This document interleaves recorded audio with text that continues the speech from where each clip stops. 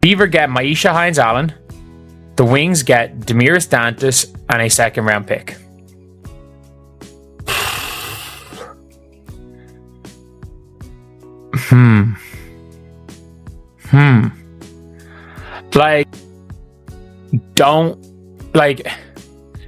Myisha Hines-Allen's a black hole.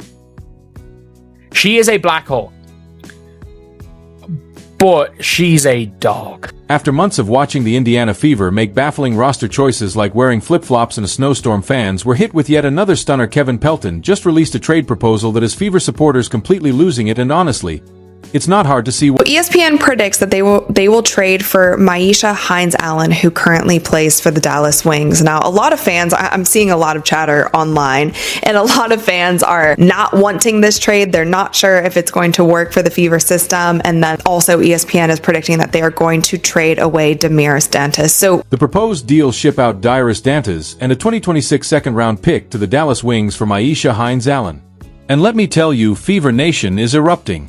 Keyboards are smoking, comment sections are ablaze, and the outrage is so intense it makes a referee controversy look like a casual chat over coffee. She's been garbage for the Wings, but I thought she was pretty okay for the Lynx last year. I thought she did an alright job coming off the bench as a backup center. As a backup center for a team that should have won a championship. And she played a lot of minutes in those finals last year because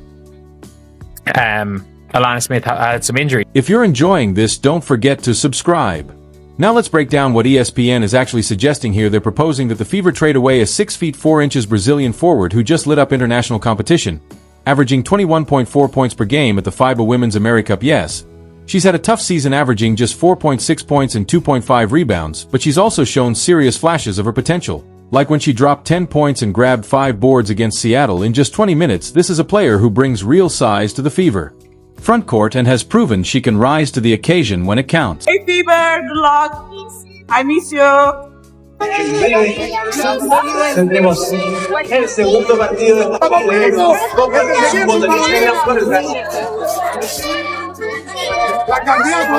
In return, they want to bring in Myisha Hines-Allen, a 6 feet 1 inch forward who lost her starting spot in Dallas back in June and is currently averaging 6.3 points, 5.2 rebounds, and 2.8 assists this season. Don't get me wrong, Hines-Allen is a solid player, even winning a championship with the Washington Mystics in 2019. But let's be real about what this trade really means. Trading away size for less size. Genuinely think that this is if you have no intention of playing Damiris Dantas, I think this makes the team better. I don't hate it. Like, maybe Hines-Allen could be plausibly on the move. They're getting Maddie Seegers back. After shooting 36% threes last season, split between the Mystics and the Lynx, she's ended 30% since Hines-Allen is a career 35% shooter. Improvement should be expected. Look, no one's pretending Dantas has been lighting it up this season. Her 26.5% shooting from beyond the arc is rough, especially for a career 34% shooter from 3. She's been inconsistent, playing just 12.3 minutes per game and sometimes looking lost in the Fever system. But here's the part ESPN and all these analysts seem to overlook. This woman just proves she still has. Indiana Fever season just got weirder. So Dantas, she's from Brazil. She's going to be joining the national team soon from June 28th till July 6th. So she's going to miss 4 to 5 games.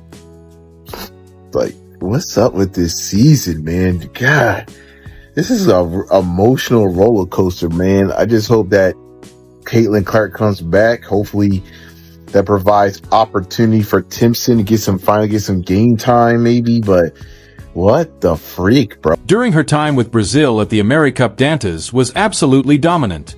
She averaged 21.4 points per game on 52% shooting from the field, grabbed 6.0 rebounds, and knocked down 36.7% of her three-pointers. And this wasn't against weak competition, this was top-tier international play, climaxing in a championship game against Team USA where she dropped 35 points in the final. The fans see this. They understand that Dantas' struggles in Indiana might be less about her ability and more about fit and opportunity. When the Fever suspended Dantas' contract after waiving Dana Bonner, Fans reacted with frustration not at Dantas herself, but at how the team has utilized. For me, I love to play for Brazil, for the national team. I see my people, my family come to Chile too, so it's very special. Was it frustrating for you not to play in that preseason game against Brazil in Iowa? Yes, a little bit. It's the first time I play against Brazil. I that play, but my team play against Brazil. Yeah, I feel a little bit sad, but it's okay. Meanwhile, let's break down what the Fever would be getting in return. Myisha Hines-Allen was a legitimate All-WNBA second-team player back in 2020, averaging 17.0 points and 8.9 rebounds. But that version of Hines-Allen feels like a distant memory. She's coming off a season where she was traded mid-year from Washington to Minnesota, and now she's lost her starting job in Dallas. The stats tell the story of a player in decline. Her three-point shooting has dropped from 36% last season to just 30% this year. She's been relegated to a bench role, playing behind younger, more athletic forwards. And here's the kicker.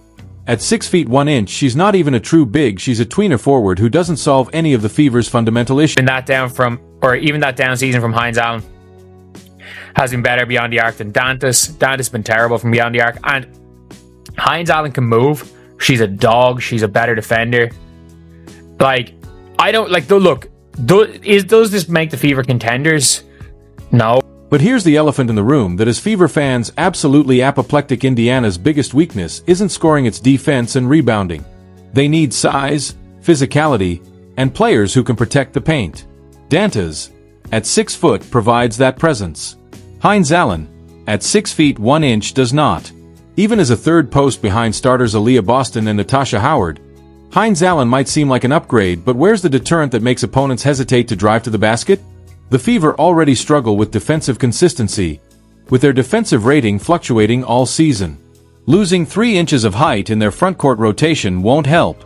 Fans get this basic basketball truth, even if some so-called experts. Dantas didn't touch the court. That is somebody who she played really well coming back from the national team play, and then she started struggling, and then the Indiana Fever brought in Chloe Bibby. So is Chloe Bibby somebody who will be replacing Damiris Dantas in the rotation? It seems like the Fever are heading in that direction, or they're at least trying it out. They're seeing if Chloe Bibby can be that person to step up and maybe take some more of Damiris Dantas minutes, which is unfortunate in a sense because Dantas has given us some amazing games this season. Let me paint you a picture of what the Indiana Fever really need. They need a defender who can switch onto guards but still protect the rim. Someone with the size to out-rebound opponents and the athleticism to keep up with Caitlin Clark on the break. They need a player who brings energy, toughness, and defensive intensity every single night when healthy and engaged. Damiris Dantas can be that player. Her international performance proved she still has the tools. Her 6 feet 4 inches frame gives the Fever legitimate size, and her experience in big games including Olympic appearances brings valuable veteran leadership. Most importantly, she's already under contract and familiar with the system. Trading her feels like at best a lateral move and at worst a downgrade in size. Fever fans have reacted swiftly and brutally. Social media is flooded with posts questioning the logic behind this potential trade. Fans are pointing out the obvious. Why trade away size when size is exactly what you need? No, we came out aggressive, super aggressive, and I think that's how we need to start coming out. How we started the Indiana game, really slow, a lot of steps slow. So just today, getting back to how we started against the Atlanta game, because like when we play like that, defensive minded first, our offense is going to fall in line. We're able to get steals and run out in transition if we follow our defense first. So I felt like today that's what we did. Trade Turner and Carlson. One frustrated fan posted, expressing their disappointment with the team's personnel moves. Others have been even more direct, questioning why the front office would consider moving Dantas after she just proved her value on the international stage. The frustration goes beyond this single trade proposal. Fever fans have watched their team struggle with defensive consistency all season, seen opponents attack the paint at will, and witnessed their squad get out-rebounded and out-muscled by more physical teams. Meanwhile, the Wings sit at 7-17 and aren't really competing this season, 5 games out of the 8th playoff seed. So why trade a younger, more versatile player for an older forward who's been inconsistent? Although Hines-Allen has struggled, she's still only 29 and has shown she can contribute at a high level. Dantas, at 32, is coming off a season averaging fewer than 13 minutes per game. For a rebuilding team like Dallas, it makes more sense to keep the younger player with upside than to acquire a veteran who may not fit their long-term plans. So the Fever signs a new player, Chloe Bibby. I had to do some research on her because I never heard of her before, but she actually played for the Valkyries. 3-point shooter, has some size, 6'2". Maybe it's a test trial for Brianna Turner so we can finally cut her because she's useless. Also, Caitlin Clark is hurt, so maybe this is like an emergency signing. Or 7 days doesn't make sense to me. I don't have much opinion about her because I don't know her that well. So I just got to say good luck and I hope everything works out. That's the only thing I can really say. Let's not forget that Hines-Allen does bring valuable championship experience. She was a key contributor to the Washington Mystics' 2019 WNBA title run in today's league, where veteran leadership and playoff know-how are crucial. That's no small thing, but here's the counterpoint. Dantas has extensive international experience, including 2 Olympic appearances. She's been competing at the highest level for over a decade, facing pressure situations most WNBA players never see. That kind of experience doesn't just vanish after a rough season. It also doesn't mean she can't be effective elsewhere or rediscover her form with the right opportunity. Her international performance should serve as a wake-up call when given the chance to shine. She dominated. When stuck with garbage time minutes in a system that doesn't play to her strengths, she looks pedestrian. The solution isn't trading her away, it's finding ways to better utilize her talents. So guys, Damiris Dantas had been one of the best players for Brazil in America. Damiris Dantas has been hooping. She's been absolutely hooping up to this point. And honestly, like, she's been looking like she's been okay this year. She showed up in shape.